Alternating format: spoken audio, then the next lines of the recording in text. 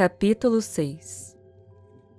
Coraline acordou com o radiante sol da manhã batendo em seu rosto. Por um instante, sentiu-se deslocada. Não sabia onde estava, nem tinha muita certeza de quem era. É assombroso que aquilo de que somos feitos esteja tão ligado à cama aonde acordamos pela manhã. E o mais assustador é a fragilidade disso. Às vezes, Coraline se esquecia de quem era, quando sonhava acordada que desbravava o Ártico, a floresta amazônica ou a África inexplorada, até que alguém lhe dava um tapinha no ombro ou chamava seu nome. Só então Coraline voltava de milhas e milhas de distâncias num susto só. E em frações de segundos, tinha que se lembrar de quem era, ou qual era o seu nome, e até mesmo aonde estava naquele momento. Agora, o sol iluminava o seu rosto, e ela se chamava Coraline Jones. Sim, e o verde e rosa do quarto, além do farfalhar de uma enorme borboleta colorida de papel que esvoaçava e batia no teto, lhe esclareceram aonde ela estava. Ela desceu da cama. Não podia usar pijama, roupão ou chinelos durante o dia, concluiu. Mesmo que isso significasse usar as roupas da outra Coraline. Havia outra Coraline? Não, percebeu que não. Só havia ela. Entretanto, não tinha roupas normais no armário. Pareciam fantasias ou, pensou ela, o tipo de roupa que gostaria de ter no armário de casa. Um vestido rasgado de bruxa, uma roupa remendada de espantalho, uma de guerreiro do futuro com luzinhas que brilhavam e piscavam. Um vestido de gala coberto de penas e espelhos. Por fim, ela encontrou uma calça jeans preta, que parecia ser feita de veludo da noite, e um suéter cinza da cor de uma fumaça espessa, estampado com longínquas e pequenas estrelas cintilantes. Coraline vestiu a calça jeans e o suéter. Depois, calçou as botas laranjas brilhantes que encontrou na parte inferior do armário. Tirou a última maçã do bolso do seu roupão e, em seguida, do mesmo bolso, a pedra com um buraco no meio. Colocou a pedra no bolso da calça e foi como se suas ideias clareassem um pouco. Como se tivesse saído de dentro da névoa. Entrou na cozinha, mas estava deserta. Mesmo assim, Coraline tinha certeza de que havia alguém em casa. Andou pelo corredor em direção ao escritório do outro pai e descobriu que ele estava ocupado. Onde está a outra mãe? Ele estava sentado em uma mesa idêntica à de seu pai, mas não fazia absolutamente nada. Nem mesmo lia catálogos de jardinagem, como seu pai costumava fazer quando fingia que estava trabalhando. Lá fora, respondeu ele. Consertando as portas, estão empesteadas. Ele pareceu feliz por ter com quem conversar. Ratos? Não. Os ratos são nossos amigos. É outra coisa. Aquele camarada preto e grande com a cauda empinada. O gato? Isso mesmo. Respondeu o outro pai. Hoje, ele estava menos parecido com o seu pai verdadeiro. Havia algo ligeiramente indefinido em seu rosto, como massa de pão que começa a crescer e aos poucos nivela os calombos, buracos e rachaduras. Sério, eu não devo conversar com você quando ela não está presente. Mas não se preocupe, ela não costuma sair. Vou demonstrar nossa generosa hospitalidade, de modo que você nem vai pensar em voltar. Ele se calou e cruzou as mãos sobre as pernas. O que eu devo fazer agora, então? O outro pai apontou para os lábios. Silêncio. Se você não vai conversar comigo, eu vou sair para explorar. Não vale a pena. Não há nada além daqui. Tudo o que ela fez foi a casa, os pisos e as pessoas da casa. Ela fez e aguardou. Disse o outro pai. Ele pareceu constrangido e colocou os dedos sobre os lábios novamente, como se tivesse falado demais. Coraline saiu do escritório, foi para a sala de visitas, em direção à velha porta. Bateu, empurrou, chacoalhou a porta e nada aconteceu. Nada. Estava bem trancada e a chave estava com a outra mãe. Olhou ao redor. Tudo era tão familiar e, por isso, muito estranho também. Era exatamente igual à sua memória. Todo o mobiliário de sua avó com um cheiro desagradável. A pintura da fruteira, um cacho de uvas, 2 ameixas, uma pera e uma maçã, expostas na parede. A mesinha de madeira com patas de leão e a lareira vazia que parecia tragar o calor da sala. Mas havia algo mais. Uma coisa que não se lembrava de ter visto antes. Uma bola de vidro sobre a cornija da lareira. Caminhou até lá. na ponta dos pés e examinou a esfera, um globo de neve com 2 pessoas dentro. Coraline sacudiu o globo e a neve começou a cair, uma neve branca que reluzia ao cair na água. Ela colocou o globo de neve de volta no lugar e continuou sua busca por seus verdadeiros pais. E também por uma saída. Coraline saiu do apartamento,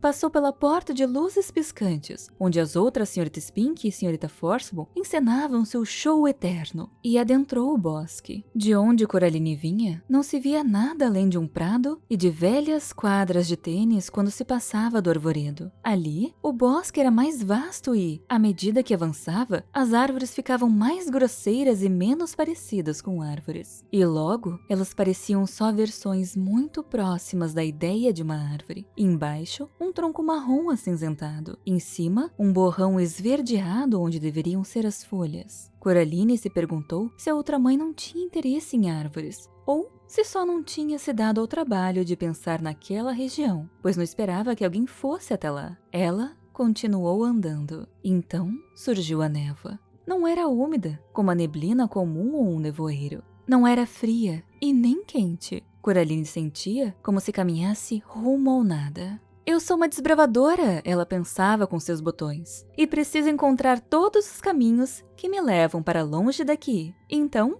vou continuar caminhando. O mundo por onde se aventurava era um nada sem cor, como uma folha de papel em branco ou um enorme cômodo vazio. Não tinha temperatura, nem cheiro, nem textura, nem gosto. Com certeza não é uma névoa comum, pensou Coraline. Mesmo sem saber do que se tratava, por um momento achou que tinha ficado cega. Mas não era o caso. Ela conseguia se enxergar, assim como conseguia enxergar o dia. Sob os seus pés não havia chão, só um branco enevoado leitoso.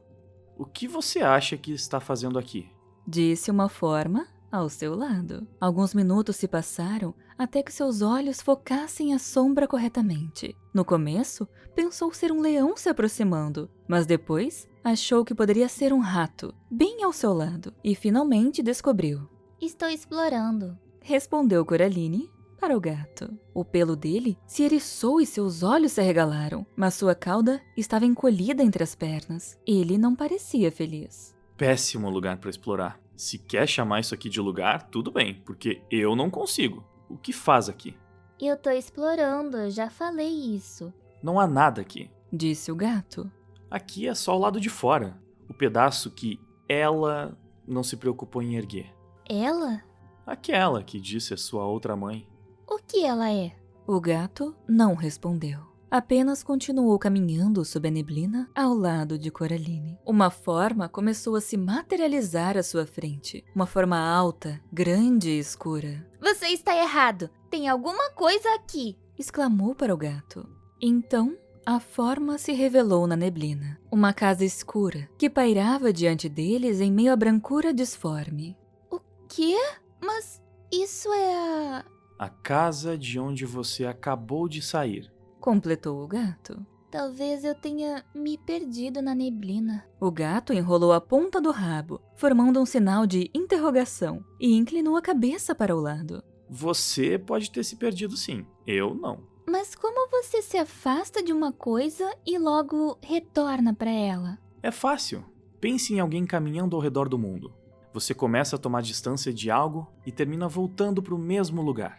Mundo pequeno.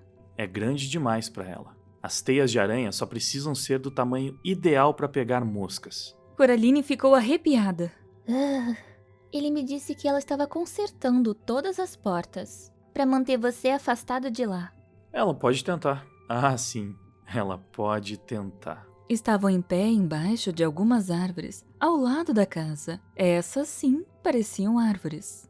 Aqui há muitas entradas e saídas que até ela desconhece. Então foi ela que criou esse lugar? Criou, achou, que diferença faz? De todo modo, ela é a proprietária. Espera aí. O gato ficou arrepiado e deu um pulo. Antes que Coraline se desse conta, ele já estava com uma pata sobre um ratão preto. Não que eu goste de ratos, Disse o gato amigavelmente, como se nada tivesse acontecido.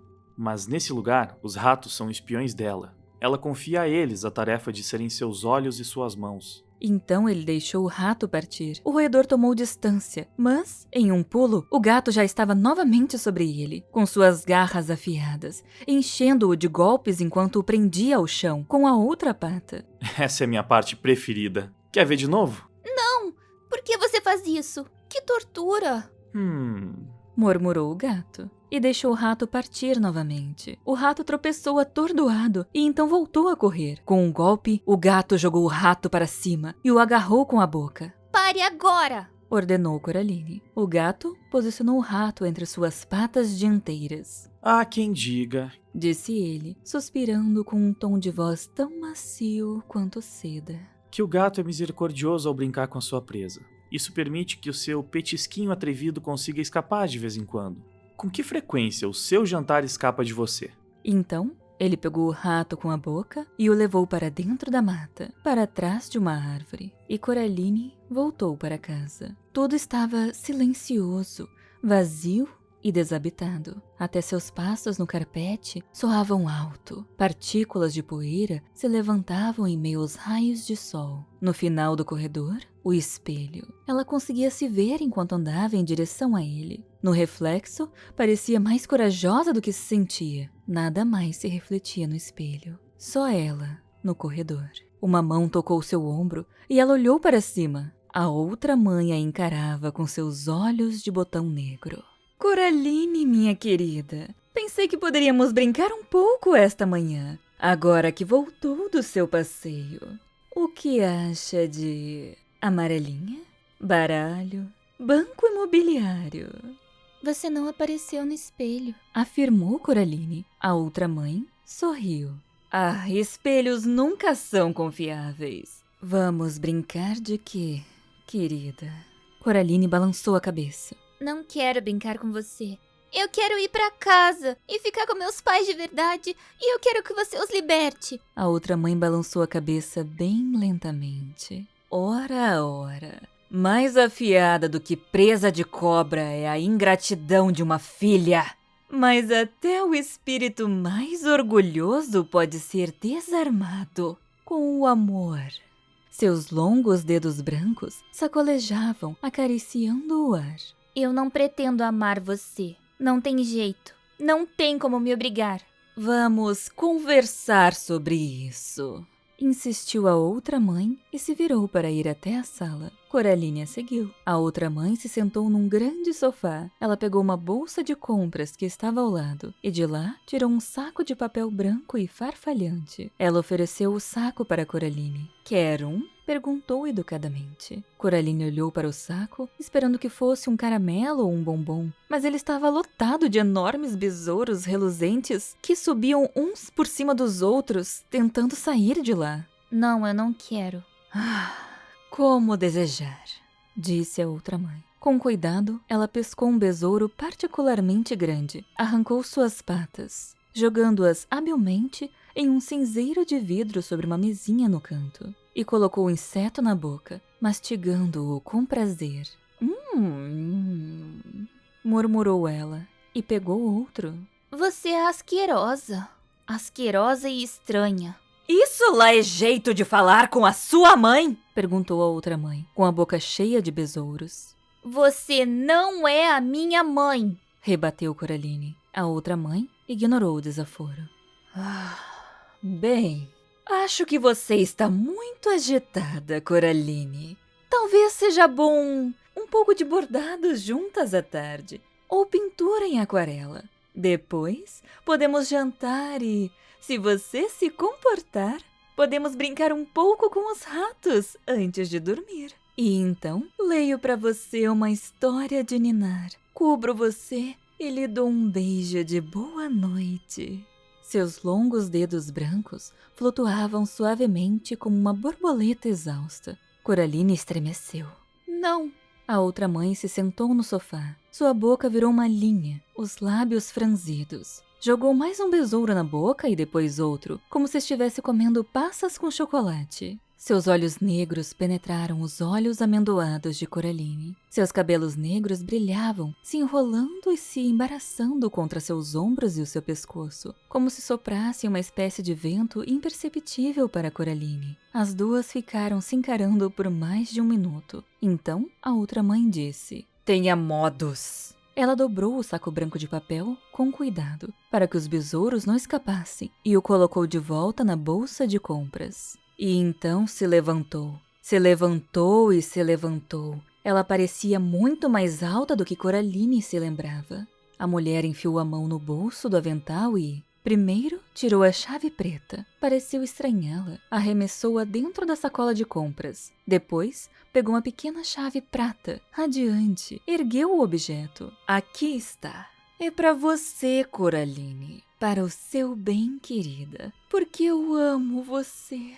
Quero que tenha modos. Afinal, bons modos fazem o homem." Ela empurrou Coraline para o corredor e avançou na direção do espelho. Enfiou a pequena chave de prata no espelho e a girou. O espelho se abriu como uma porta, revelando atrás dele apenas escuridão. "Você só sairá daí quando aprender a ter boas maneiras", disse a outra mãe. "E quando estiver pronta para ser uma filha amável." Ela segurou Coraline e a empurrou para dentro da escuridão. Um pedaço de besouro estava grudado em seu lábio inferior, e seus olhos negros não emitiam emoção alguma. Ela fechou a porta do espelho, deixando Coraline no breu.